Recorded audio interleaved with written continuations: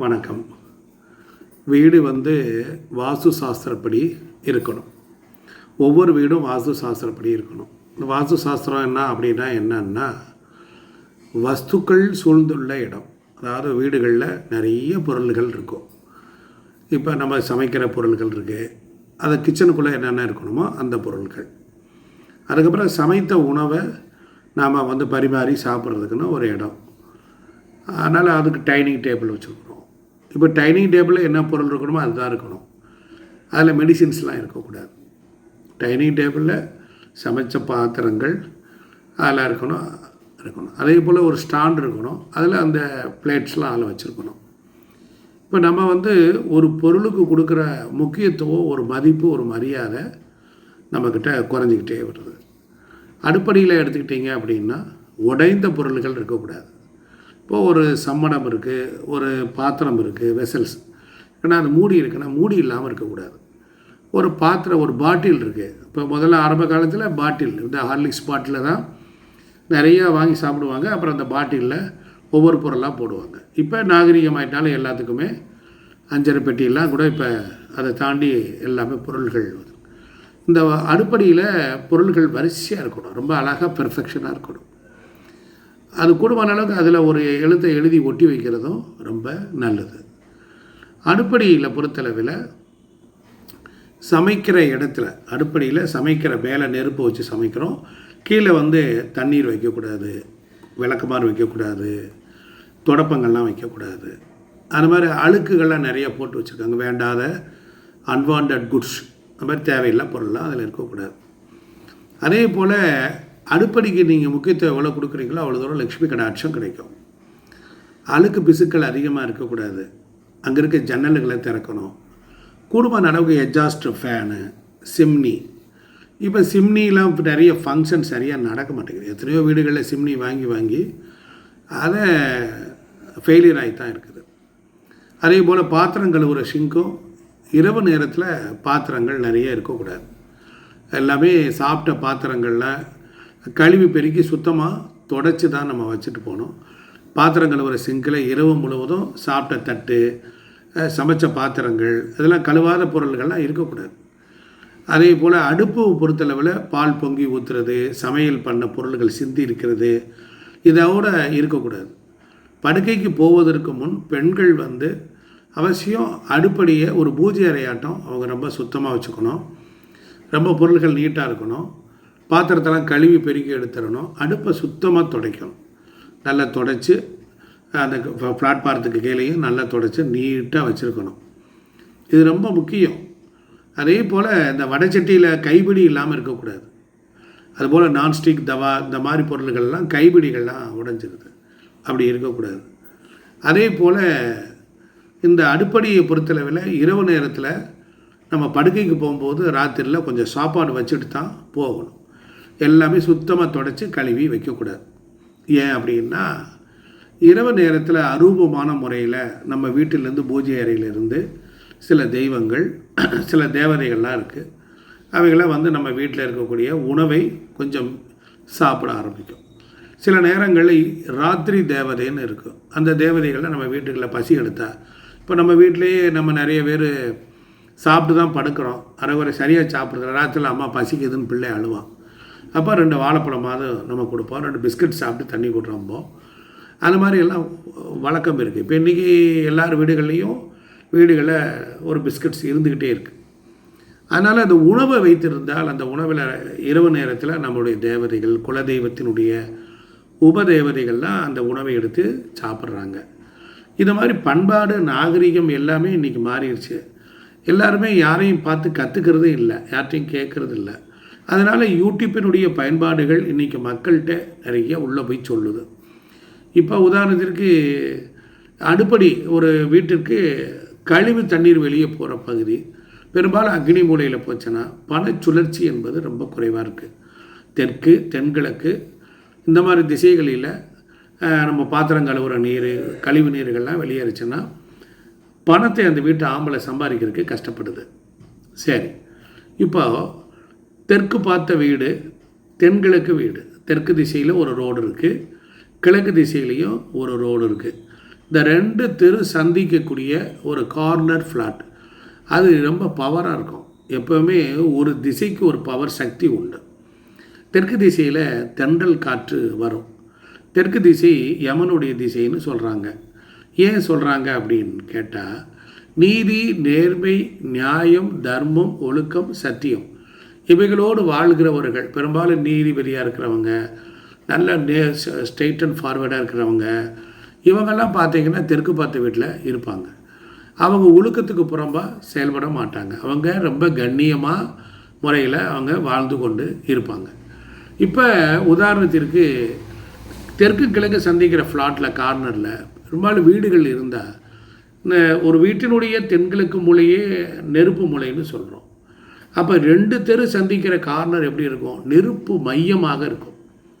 அது ரொம்ப கவனமாக இருக்கணும்.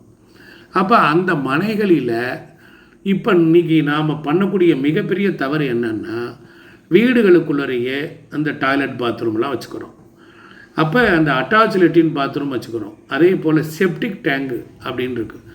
மலத்தை சேமிக்கக்கூடிய தொட்டி. பெரிய நகரங்களில் பாதாள சாக்கடையில் அந்த கழிவு நீர், பாத்திரம் கழுவுற நீர், குளிக்கிற நீர், டாய்லெட்லேருந்து போகக்கூடிய கழிவுகள் எல்லாம் நேராக போய் பாதாள சாக்கடையில் விழுந்து அவைகள் பரவலாக பல இடத்துக்கு போயிடுது. ஆனால் பூமிக்கு அடியில் இந்த மலத்தை சேமிக்கக்கூடிய தொட்டிகள்லாம் இருந்தால், அதெல்லாம் கிட்டத்தட்ட 1990களுக்கு பிறகு இந்த பாம்பே டைப் லெட்டின்ஸுங்கிற மெத்தேடு நிறைய கொண்டு வந்தாங்க. அப்போல்லாம் அப்படி வந்ததுக்கப்புறம் எந்த இடத்தில் இந்த லெட்டின் இருந்தால் நல்லாயிருக்கும், இந்த மலைக்குழி செப்டிக் பிட்டு இருக்கான போது கிழக்கு திசை மையத்தில் இருந்தால் ஒரு பிரச்சனையும் வர்றதில்லை. அதே நேரம் வடக்கு திசையில் வடமேற்கு திசையை ஒட்டி இருந்தாலும் அது எந்த பிரச்சனையும் தர்றதில்லைங்கிறத பல இடங்களில் ஆய்வு பண்ணி இந்த 2 இடத்துல இருந்தால் ஒரு பிரச்சனையும் இல்லைங்கிறது வந்துருக்கு.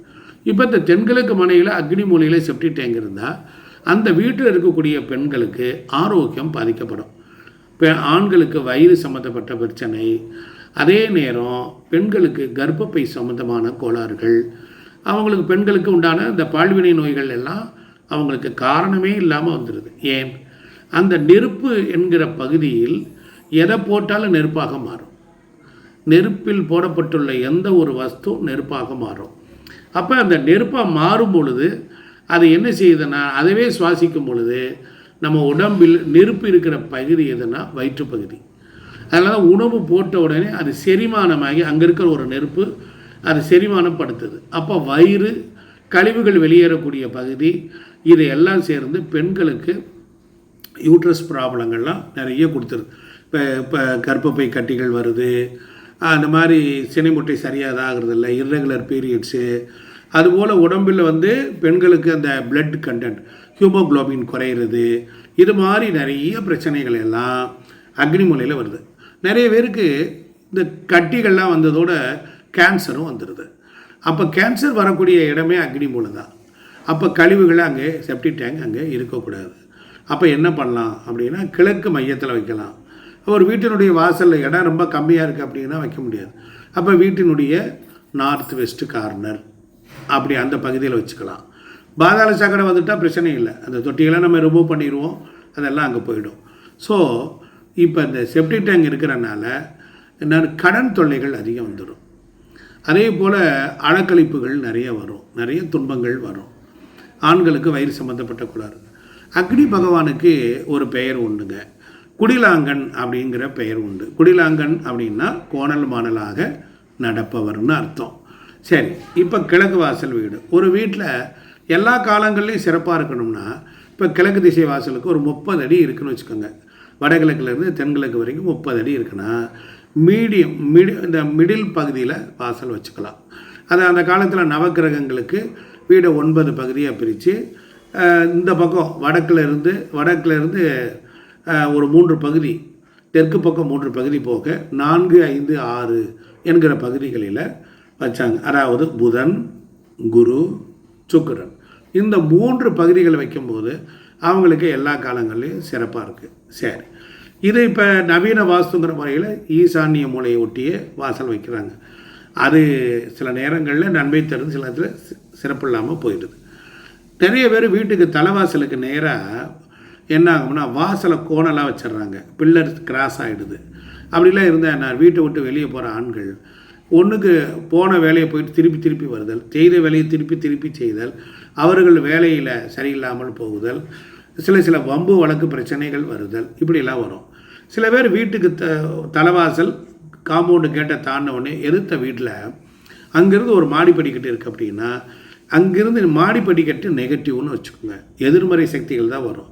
அப்படி வரும் பொழுது தலைவலி, ஒத்த தலைவலி வருதல், பிராணசக்தி விரயமாகுதல், வீட்டில் குழந்தைகள் கல்வியில் ஸ்ட்ரகிள் ஏற்படுதல், அதுபோல் நிதிநிலை பற்றாக்குறை, அவரை பணம் சேராமல் போகுதல், இது போன்ற பல துன்பங்கள்லாம் வரும். நேர திடீர்னு நம்ம வீட்டுக்கு நோக்கி வரும். ஒரு வாசலுக்கு நேரம் ஒரு வாசல் இருக்கக்கூடாது, வெளி வாசல். அப்போது ஒரு வீடு சக்தியை வாங்கும், ஒரு வீடு சக்தியை கொடுக்குறபடி இருக்கும். அதனால் இந்த மாதிரி குழப்பத்துக்கு எதிர்த்தாப்பில் ஃப்ளாட்டில் வீடு கட்டும்போது கட்டியிருந்தாங்கன்னா நம்ம வீடை கொஞ்சம் அட்ஜஸ்ட் பண்ணி கட்டணும். அதனால் வாசலுக்கு நேர் வாசல் இருக்கணும். இப்படி இந்த மாதிரி வாஸ்து. அதே போல் வீட்டில் வடகிழக்கில் தான் போர்வெல் இருக்கணும், ஒரு ஆழ்குழாய் கிணறு, ஒரு தண்ணீர் நிலை தொட்டி, அது வடகிழக்கில் இருந்தால் ரொம்ப சிறப்பு. அதே போல் வடக்கும் கிழக்கும் திறந்துருக்கணும். நிறைய வீடுகளில் வடக்கில் ஜன்னல்கள் அதிகமாக வைக்கிறது இல்லை. கிழக்குலேயும் நிறைய ஜன்னல் இருந்தால் ஆண்கள் வேலை, குழந்தைகள் அவங்களாம் முன்னேற்றம் இருக்கும். வடக்கில் ஜன்னல்கள் நிறைய இருந்தால் அந்த வீட்டில் இருக்கக்கூடிய பெண்கள் மகிழ்ச்சியாக இருப்பாங்க, பண செல்வம் வந்துக்கிட்டே இருக்கும். இதையெல்லாம் இயற்கையிலே அந்த காலத்தில் முன்னோர்கள் ரொம்ப தெளிவாக சொல்லியிருக்காங்க. எவ்வளவு நாகரிகமாக இருந்தாலும் படுக்கையறை தென்மேற்கு திசையிலே இருக்கலாம், மேற்கு திசையிலே இருக்கலாம். வீட்டின் வடமேற்கு திசையில் டாய்லெட், பாத்ரூம் இருக்கணும். பெரும்பாலும் அங்கே எக்ஸாஸ்ட் ஃபேன் இருக்கணும். அந்த ஃபேன் மூலிமா அந்த நச்சு காற்றை வெளியே தள்ளிடலாம். மொத்தத்தில் ஒரு வீட்டினுடைய தலைவாசல், வாசல் படி நல்ல மனமாக இருக்கணும், ஐஸ்வர்யமாக இருக்கணும். மாவிலை தோரணம் கட்டியிருக்கணும், ஸ்டிக்கர்கள் போட்டுலாம் வைக்கக்கூடாது. இப்படி வாசலுக்கு முன்னர் அமங்கலமான பொருள் இல்லாமல் ரொம்ப நல்ல மனமாக நல்ல குணமாக இருந்தால் அந்த வீடு செல்வத்தை கொடுக்கும். வீட்டின் ஆண்மகன் நல்ல வாழ்க்கை, நீண்ட ஆயுளோடு இருப்பார். நேயர்களே, இந்த வீடியோ உங்களுக்கு பிடிச்சிருந்தா லைக் பண்ணுங்கள், ஷேர் பண்ணுங்கள், சப்ஸ்கிரைப் பண்ணுங்கள். நன்றி, வணக்கம். திருச்சிற்றம்பலம்.